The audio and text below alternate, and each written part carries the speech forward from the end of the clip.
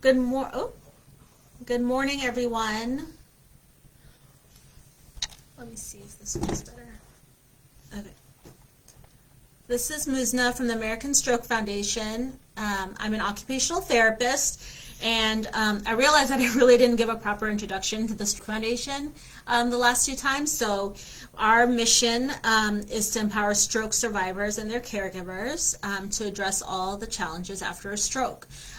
We have 3 sites in the Kansas City area, and what we're doing today on Facebook is part of our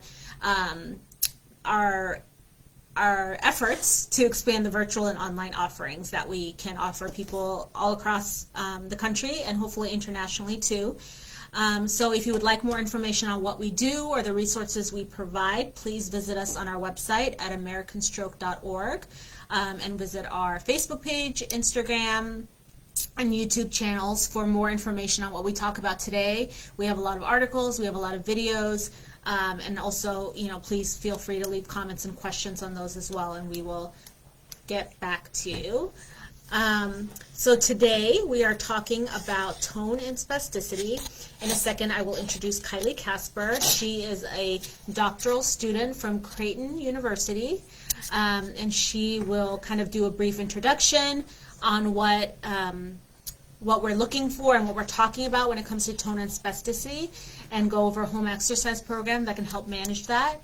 So please start asking your questions and comments so we can get those addressed. And I'm going to hand it over to Kylie. Okay, here we go.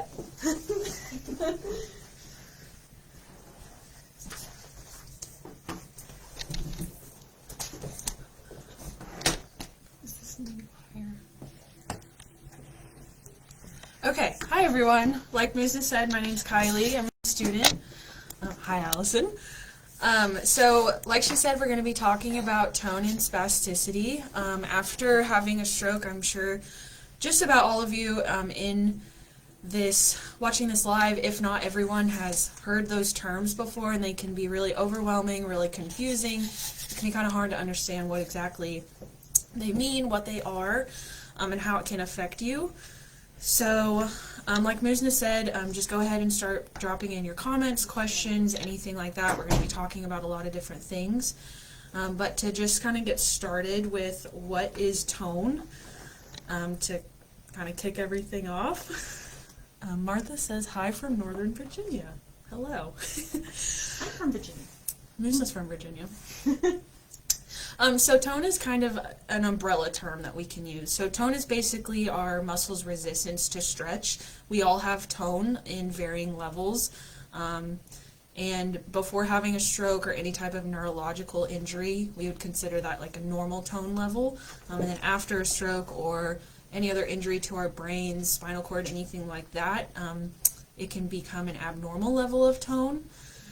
So it's important to understand there's a difference between high tone and spasticity. So spasticity is kind of when our muscles become very stiff, very rigid, and they can kind of become locked up almost, very difficult to move. And so the difference between spasticity and tone is that not only are our muscles kind of turned on all the time, but so the higher resistance to stretch, but our muscles' reflexes are also turned on. And then another big difference between high tone and spasticity is that spasticity is what we call velocity dependent.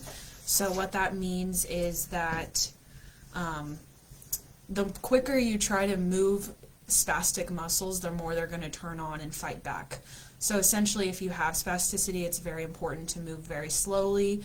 Allow your muscles the chance to kind of figure out what's going on, kind of relax a little bit. If you have high tone with no spasticity, the speed of the movement doesn't necessarily matter. Hello, Carrie.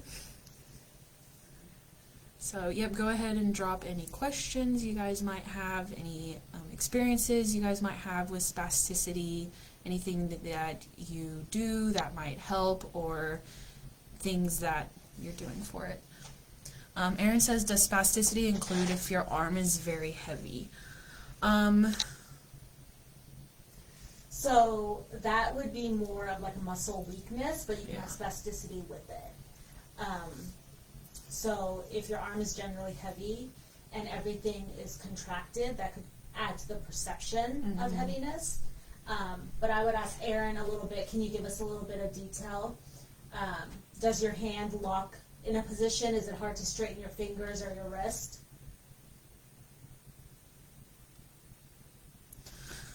Let me know if you were able to hear that. If not, I will repeat that.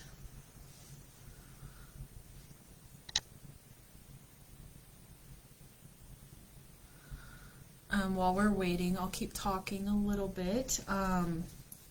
So spasticity, kind of, how does that happen? Because that can also be kind of confusing. So essentially you have to kind of think of your brain is on an electrical circuit connection with your body, for an example.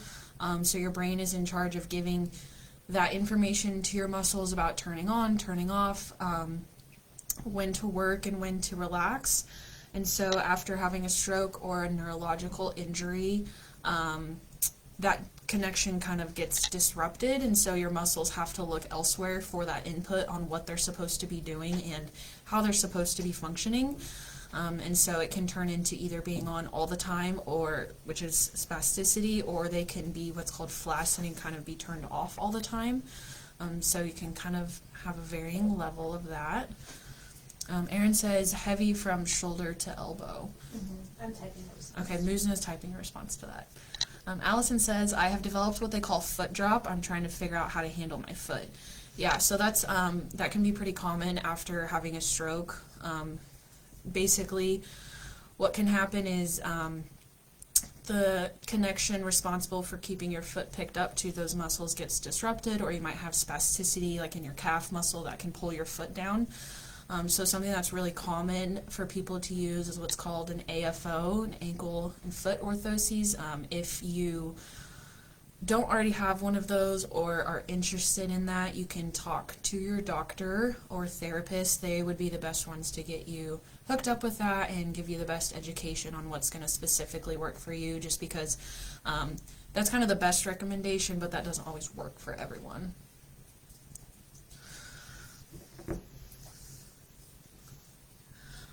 So we can talk about some things that might make spasticity better or worse. So sometimes things that might increase your spasticity can include temperature changes. When it's really hot or really cold, that can kind of cause your muscles to act up. I like to kind of tell people spasticity kind of has a mind of its own. Your muscles are kind of doing their own thing down there, and so there's a lot of different things that can cause them to act up or be able to relax. So temperature is one of them. Believe it or not, your emotional state can impact that. So if you're really stressed, having a really bad day, really worked up, anything like that, that can cause your spasticity to increase. So it's really important anytime you're going to be doing anything to work on your spasticity to try and get yourself in a calm, collective state, very relaxed. Make sure your environment is conducive to what you're doing and you're somewhere quiet where you can kind of just focus on helping your body relax.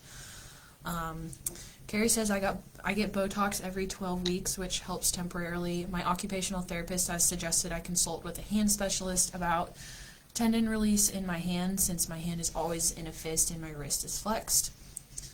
I can never get my hand and wrist in neutral at the same time. Is there any value or benefits in having that done? Yeah, so you kind of led me to my next talking point. So another thing that can help with spasticity is Botox, like Carrie said. Botox is essentially an injection into your muscles, typically done every 3 months. And basically it just kind of helps your muscles relax, teaches them to just kind of turn off. There's other forms of that, like baclofen is another medication that can be taken in a pill form. Again, any questions regarding that, go to your doctor, because they're going to be the best person to answer those for you.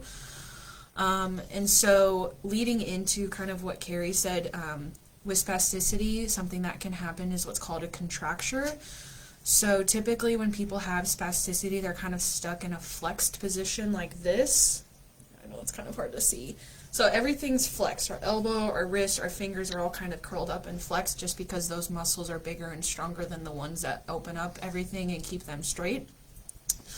So if you have spasticity for a prolonged period of time, that can lead to what's called a contracture, which is essentially when everything like the tendons and muscles, everything like that kind of shorten. We're stuck in a shortened state for so long that our body kind of says, hey, you know, I don't need this full length anymore, I'm not using it, so why not just get rid of the extra, essentially. So everything literally becomes shortened, which makes it very, very difficult to do range of motion and to regain that. You have to re-stretch everything back out. So sometimes people will get a tendon release to kind of help ease that, just because there's not as much ability to kind of flex and stretch those out as with muscles. So there definitely can be value to getting a tendon release to kind of help loosen everything back up. So again, it depends on each specific person on if that's valuable and if that's going to be beneficial to you. That have to come from your doctor and your supervising therapist. But it's good that you guys are having that conversation and kind of working down that road to see if that's going to be what is best for you.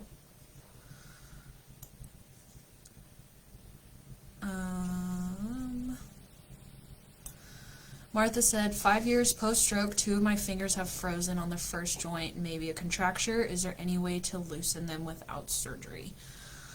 So it can be a little bit tricky because you also have to consider the integrity of your joints.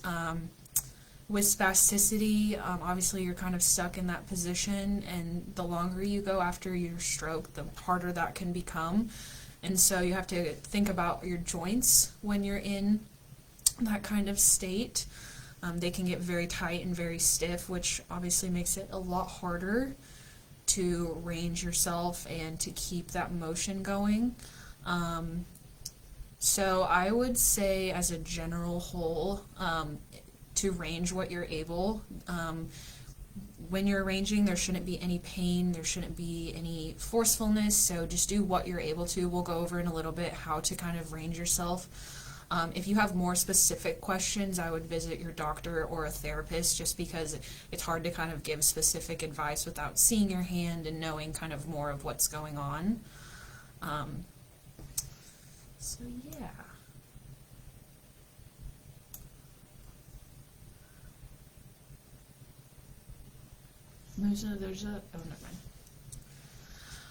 So those are all really good questions so far, so keep them coming.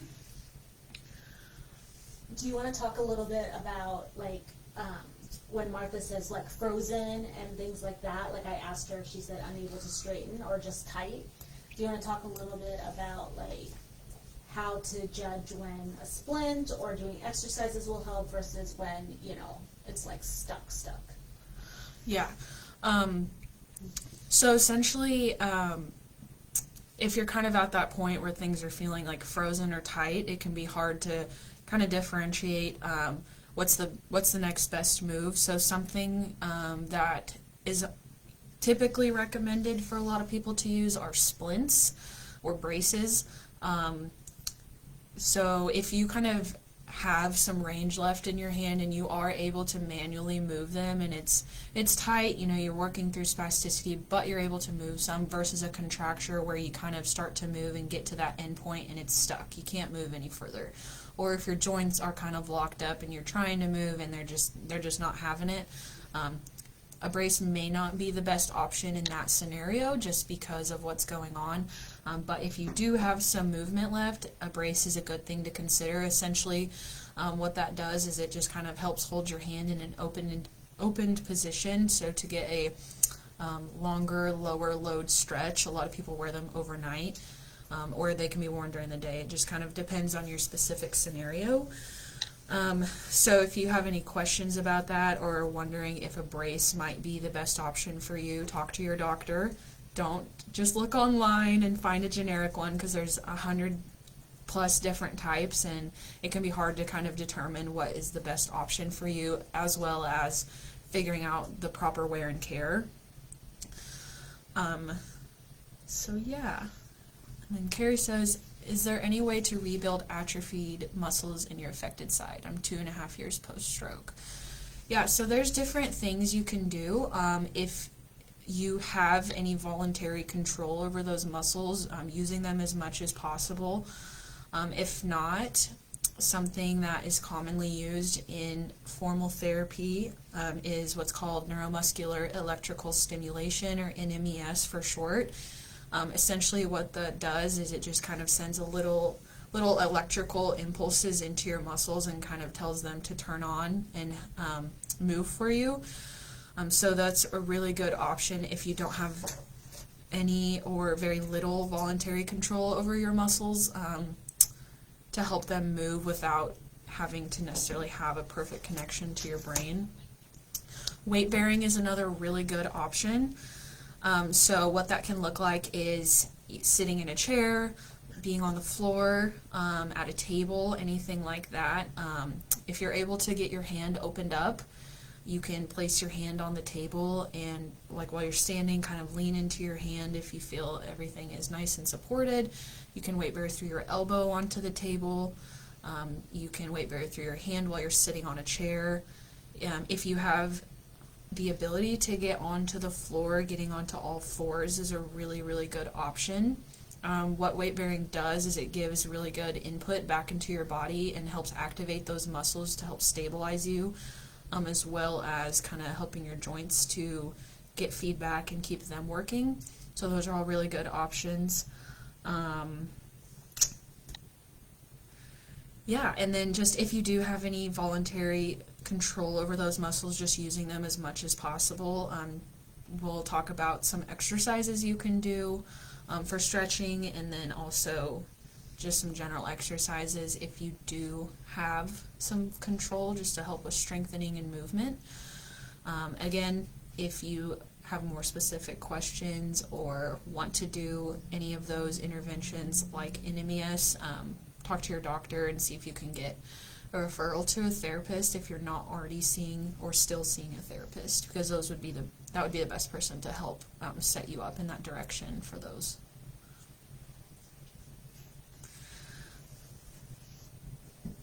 Okay. Carrie said, okay, she has no movement in your hand or arm at all. My hand won't stay open. If I can get it open, it closes right away.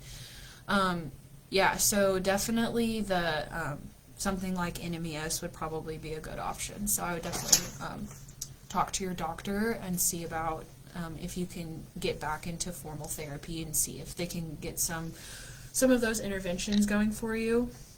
And then, so your hand won't stay open. If you can get it open, it closes right away. So I would also ask about a resting hand splint. That's kind of goes along with those splints we were talking about earlier, but that's definitely one of the better recommendations for people who have spasticity. It just kind of helps keep your hand in a neutral position, and once you get it open, it'll help it stay open. So that's a really good option. Put your hand like this.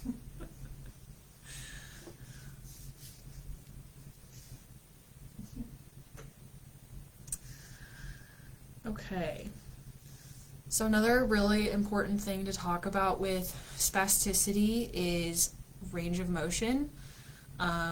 Range of motion is not necessarily going to fix spasticity, like performing self-range of motion, but it's super important to help prevent contractures and to also help keep your joint integrity good, to help your joints stay moving. It's also important for managing edema, because a lot of times when we aren't moving either our hand or arm, leg, anything like that, fluid that is naturally pumped out by moving can get kind of pool there and get stuck and lead to some swelling, and that can lead to a host of other problems from compression, things like that. So it's just really important to keep moving as much as possible. So when you are doing range of motion, that should be done minimum 1 time a day, ideally a couple times a day, but that's not always feasible for everyone, and it can be hard to do, especially if you have spasticity. But again, it's not necessarily going to fix the spasticity, but it's going to help prevent other problems. So we will go over how to properly do that, because when you have spasticity, that kind of makes things a lot more difficult, but it's definitely doable.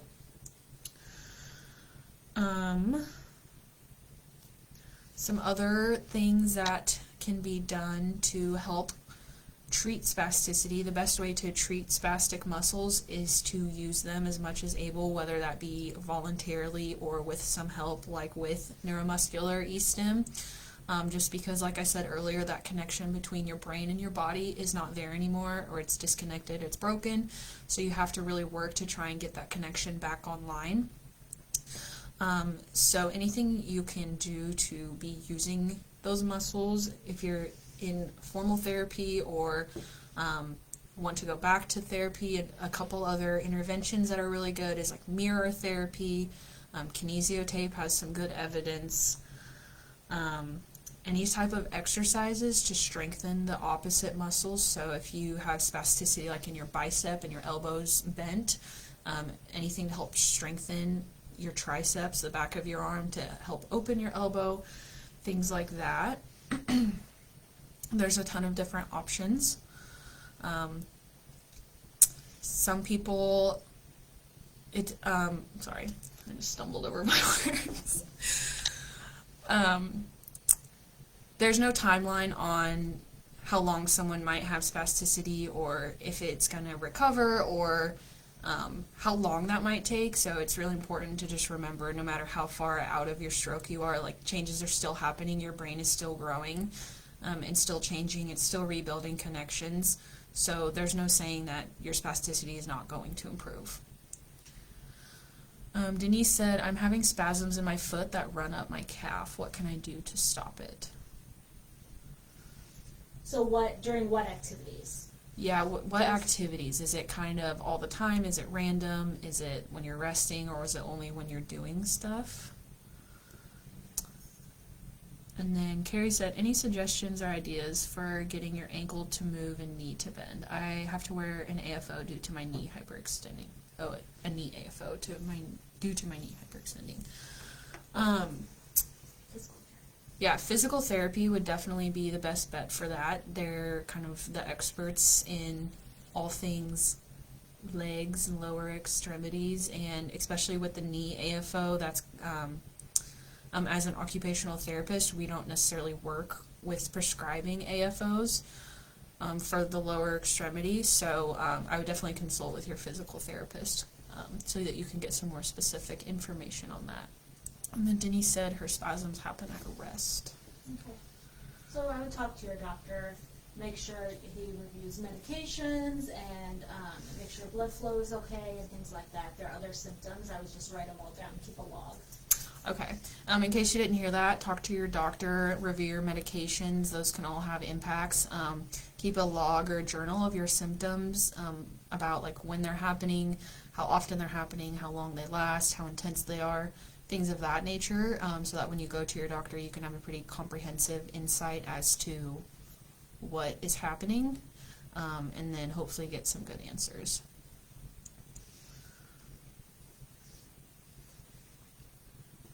Do you have what if someone asks about, like, is there a best time to do a home exercise program? How many times a day should I stretch?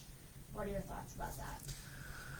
Yeah, so a really good time to do a home exercise program could be in a lot of people will do their stretching kind of, it maybe sounds weird to others, but sometimes they do it in the shower or immediately after the shower, just because your body is warmed up.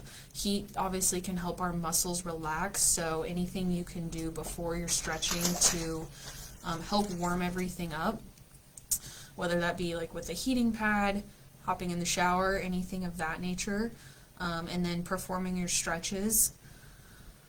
Some people might notice when they first wake up everything is really stiff, so if that's the case with you, maybe waiting until you're up and going a little bit before trying to do your stretches or home exercise program. Another good time is prior to going to bed, so you're in a relaxed and lengthened posture if you're laying down. And also just kind of mentally and emotionally, we all relax a little bit before going to sleep, so that can help relax our spasticity as well. Ideally, you want to do it 2 to 3 times a day, but that may not be feasible for everyone. So even if you get it just once a day, that's better than nothing.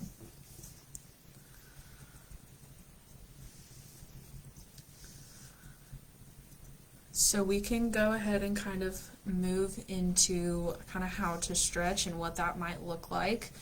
Just keep dropping in the questions and I'll address them as they come in. I'm gonna move the camera down. Okay.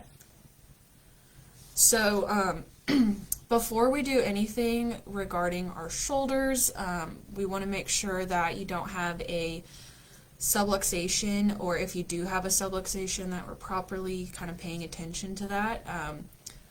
A lot of you that are a couple of years post-stroke probably know if you have one or not, but if not, before doing any type of stretching or any movements with your shoulders, talk to your doctor and get that checked out, or if you're questioning if you have one. And if you do have one, talk to your doctor and they can give you a comprehensive idea of movements to avoid, stretches to avoid, and ways to take care of that. If you do have it and you know that you have it and are kind of comfortable with care of it, make sure that you're supporting your shoulder properly. And then also, if you have any issues with your shoulder blade or anything like that, definitely talk to your doctor and avoid doing any sort of overhead movements before going through your home exercise program. So we're just going to talk about some stretches that you can do right now. For a more comprehensive and specific list of exercises or modifications, talk to your doctor or therapist. They can give you more specifics on what you need based on your case.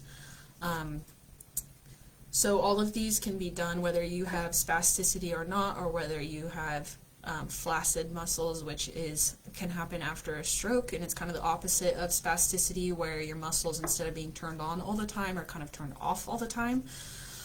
So what you can do to start with your shoulders, so if you have any like subluxation or any problems with your shoulder, it's really important to not go above 90 degrees when you're stretching, just because 90 degrees is going to be shoulder height. Just because once you get past that, there's kind of a lot of structures in there in your shoulders that can move around and it can be damaging, and we don't want to cause any further damage. So what you can do is grab your arm wherever is comfortable, and then you can help stretch your arm up to 90 degrees. And ideally with all these stretches, you want to hold it for about 10 to 20 seconds. If that is too difficult, you can use a table. Sit yourself at a table, place a towel down on the table, and then with your arm on top of the towel, you can use your unaffected hand to grab your arm that has any abnormal tone in it and help stretch it out. And that just helps make sure that your arm is also supported. Allison said, my whole life has changed since my stroke 3 years ago. I unfortunately did not have good insurance consistently, so I feel like if I had the means, I would possibly be in a better place. Yeah, that can be, a life changes drastically after having a stroke, and insurance can definitely make things easier or harder. So it's hard to know, how things would turn out based on all these different factors. But now it's never too late to empower yourself, so you can only do the next best thing, right? Which is seeking support with fellow stroke survivors and getting information through organizations like ours, and moving ahead and making the best of the time to come. Yeah. Okay, so raising our shoulder forward, that's kind of the first one we just talked about. That's a big one to worry about. And then the elbow is a lot of times where people start, if you have spasticity, that's kind of the first joint and everything that kind of starts to flex. So what you would ideally be able to do is grab your forearm kind of near your wrist, wherever is comfortable, and support your elbow on the table and very slowly try and stretch your elbow to where it's straightened.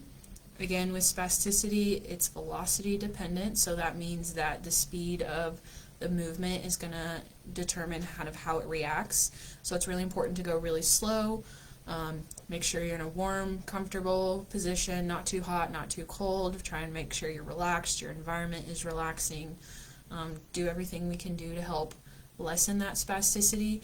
And as you're stretching, you'll feel some resistance with your spasticity, but the slower you go and the more time you give it, you kind of might feel it, I like to say, melt away.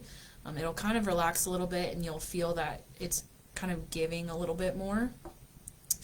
So you would just open it as much as you're able to, stretch to a point that still is comfortable, but that you can feel a good stretch. Again, we don't want any pain, any major discomfort, and hold it for about 10 to 20 seconds.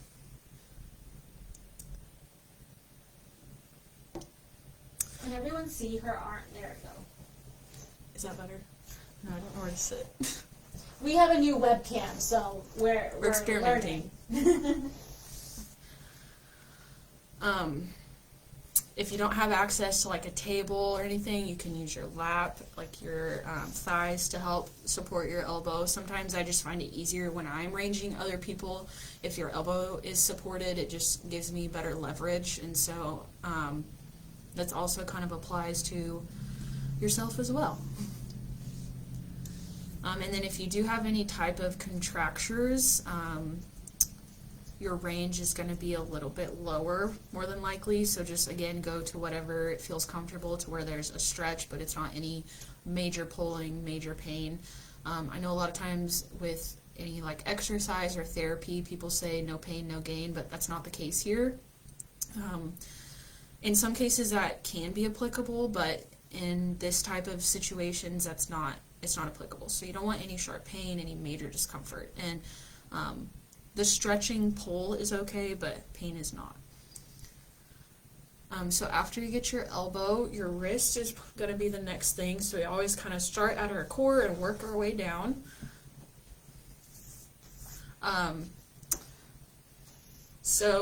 With your wrist and fingers, they're probably, sorry, I'm trying to figure out the best angles because it looks backwards on my camera. Everything's kind of in that bent position. So the best thing to do is I like to grab kind of near your palm and slowly help to open your wrist. And if you need support, you can do this at a tabletop. Pretend there's a table here. And kind of open it this way so it's in a more supported position. Or if you're able to have it, your arm by your side, you can kind of do it that way. Your wrist is, in my experience, the wrist is usually a little bit harder than the elbow. And if you don't have any feeling in your affected arm, if your sensation is kind of off, use your unaffected arm to judge how far you should stretch. So perform that stretch with your unaffected arm and kind of get the feel for it and what it might look like, and then do that to your affected arm. And then if you are in a flexed position like this, just try to focus on getting to neutral and don't focus on getting full extension back, just because when we are kind of flexed like this, getting back to neutral is already a big stretch for our muscles. And so start with just getting from flexed to neutral, and then eventually as that progresses, then you can further it back. But at least everything start to neutral.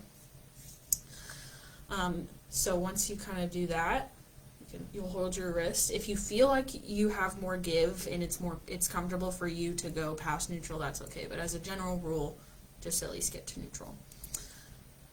And then moving down to our fingers, the best way to help open up a hand with spasticity is to first make sure if your wrist, sometimes people can have spasticity in their fingers, but their wrist is still in neutral. So the first thing you would want to do is drop your wrist, because bending our wrist down helps to naturally open up our fingers even if you do have spasticity.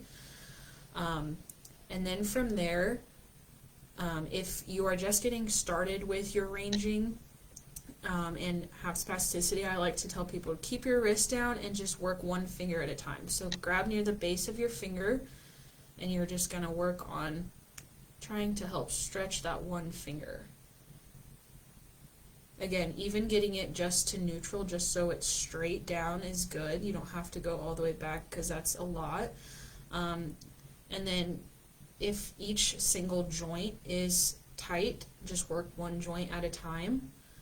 And then hopefully eventually you'll be able to straighten the entire finger at once. And then I just like to tell people to go one finger at a time. And then the thumb, let me turn this way.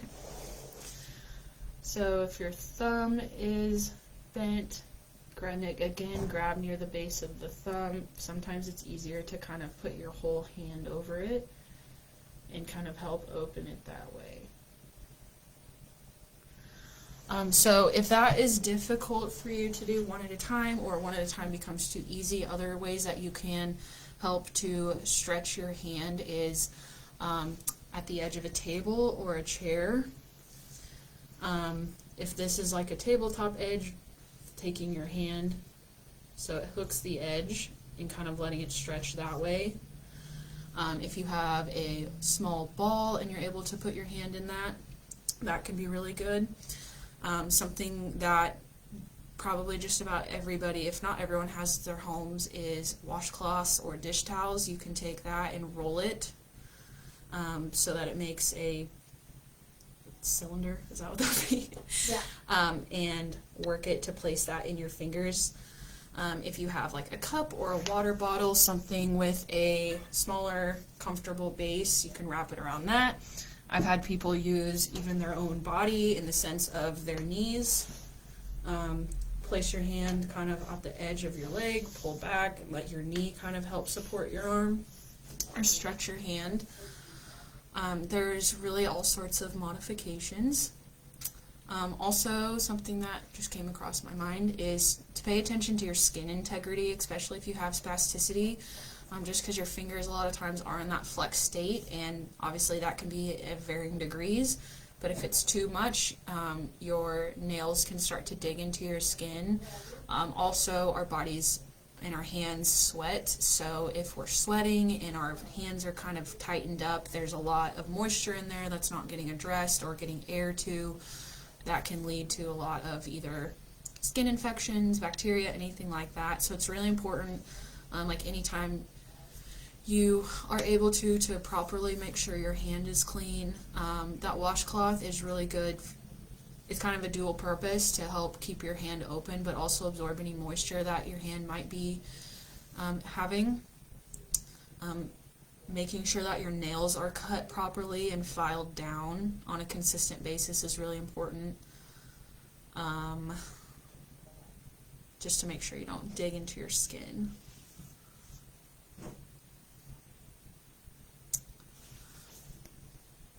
Okay.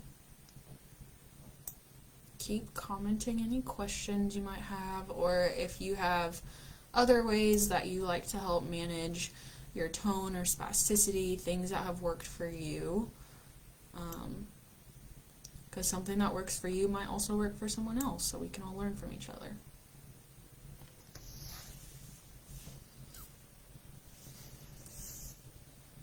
Did you cover everything on your list? Yes. Okay, we'll switch.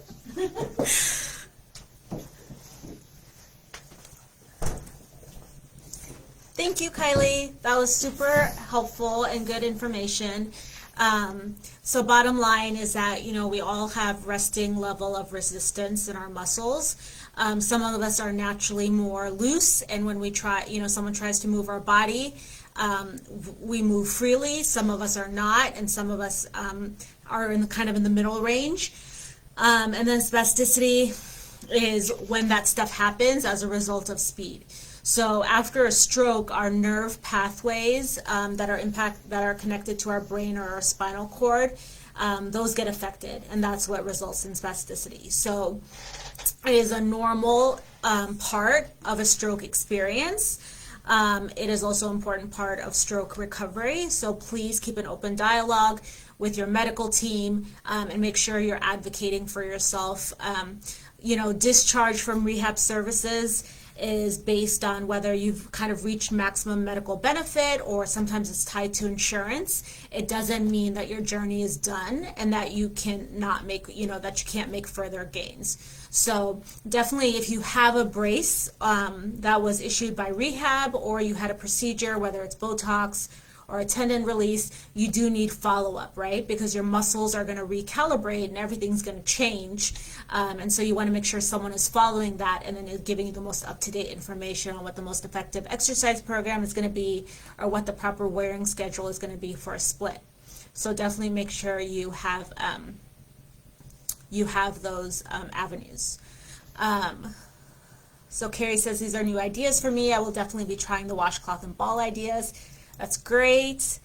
Martha, my therapy team totally ignored my arm hand in the early months of my stroke.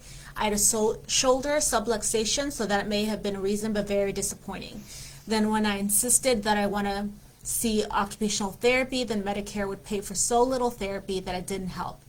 I found a therapist on YouTube, Dr. Tobias, who provides therapy exercises for stroke and TBI. She's very good and it's free. I also rented a hand mentor device that moved my wrists up and down hundreds of times in each session. Within 5 to 6 months, I was able to move my shoulder away from and across my body.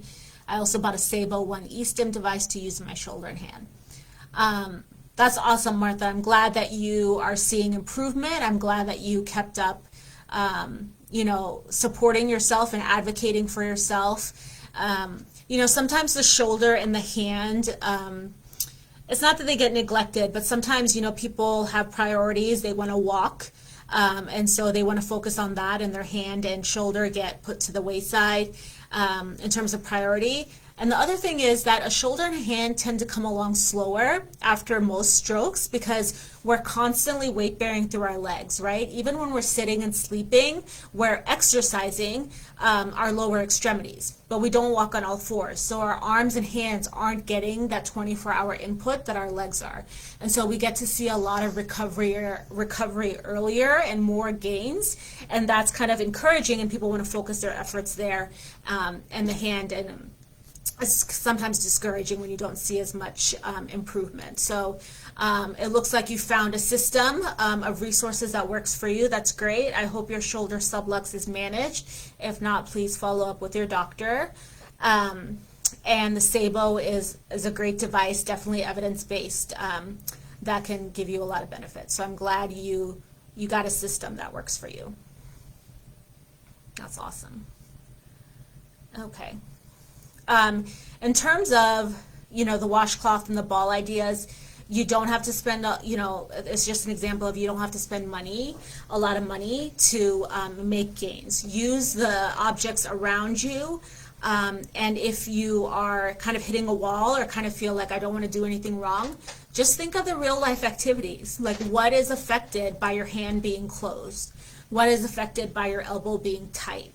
Think of those real life activities and then use that to help rehab your hand. So, okay, my hand is closed. It's difficult to open it or keep it open, to grab and release a cup. Practice with a cup, right?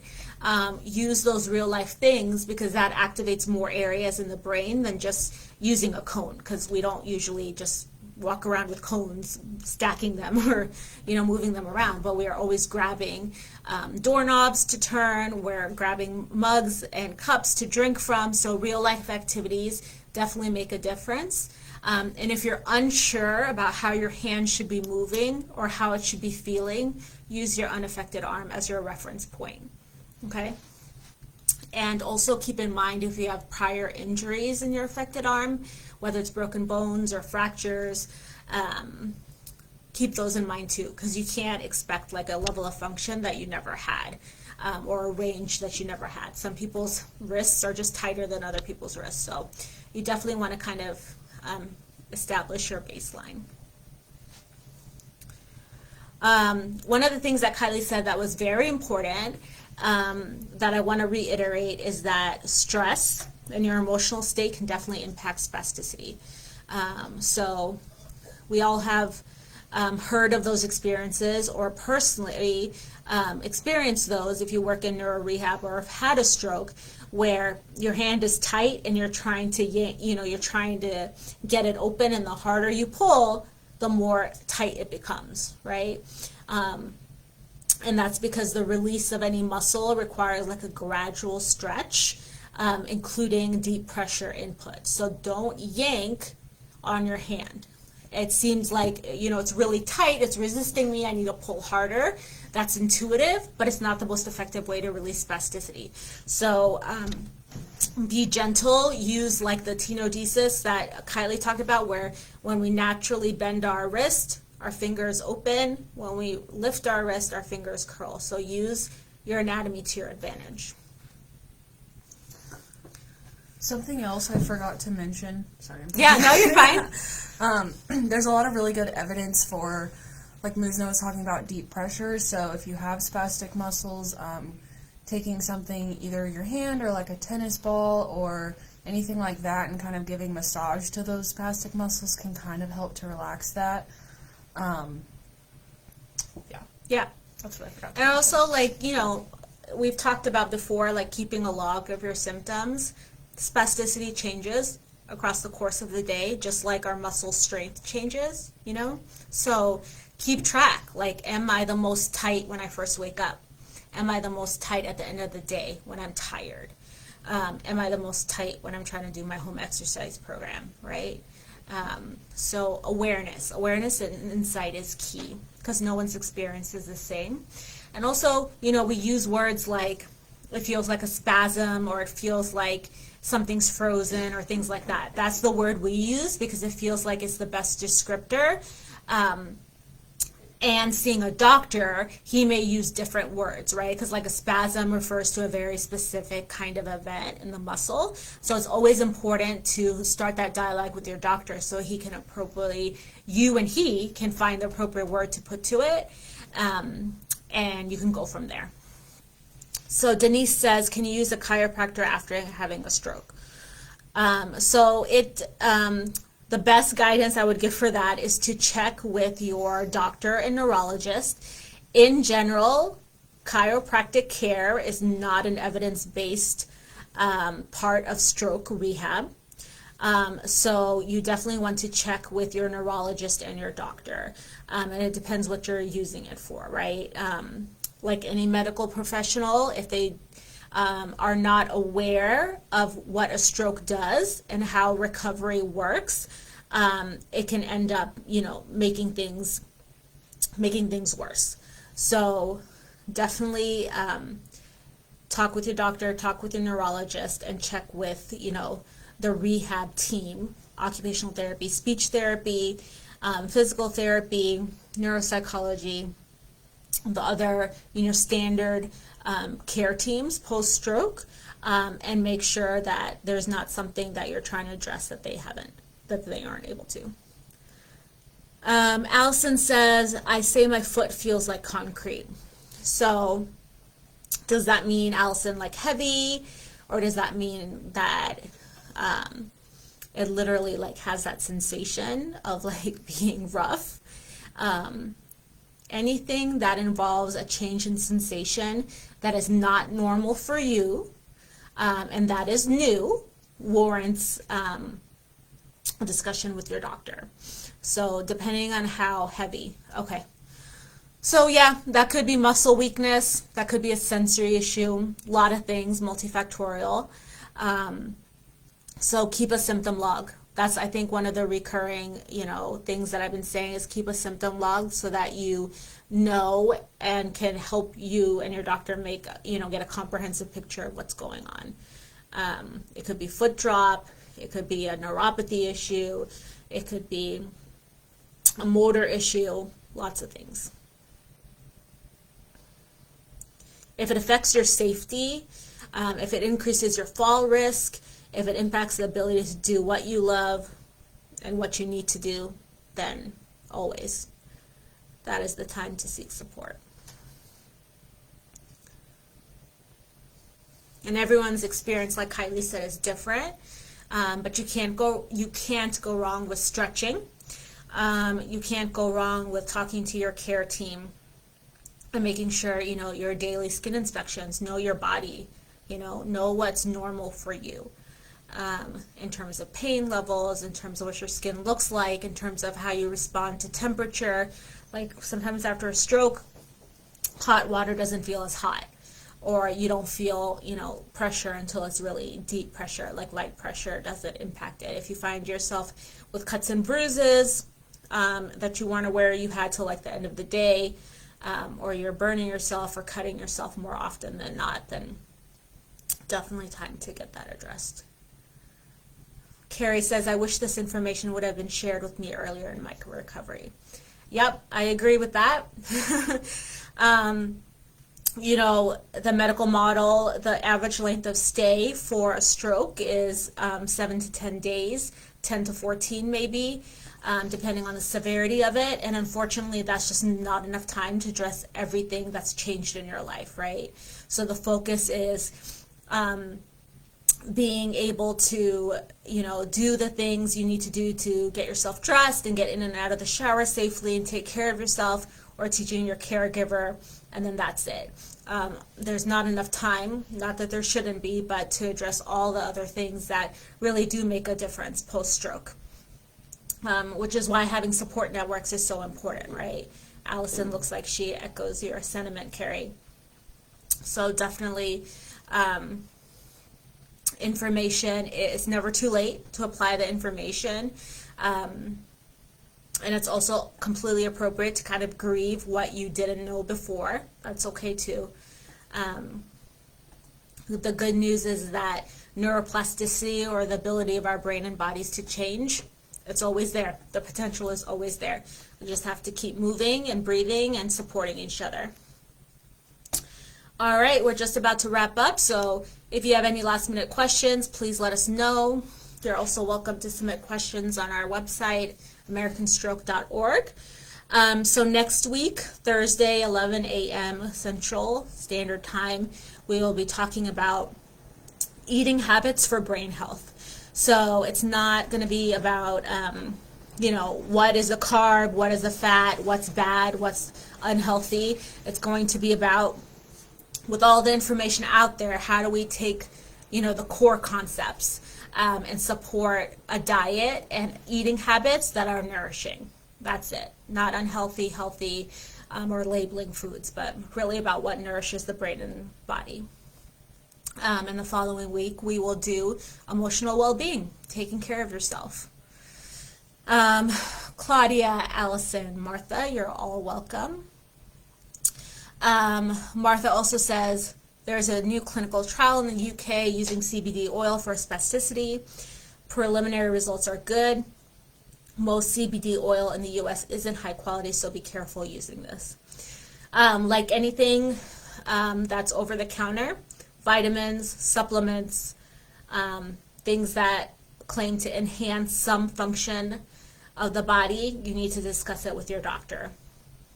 All over the counter stuff has the potential to interact with everything else that you're taking that's prescribed or non-prescribed, so they need to be aware of the whole picture. And, you know, as always, be aware of claims that seem too good to be true. Our bodies are really great at helping themselves. So,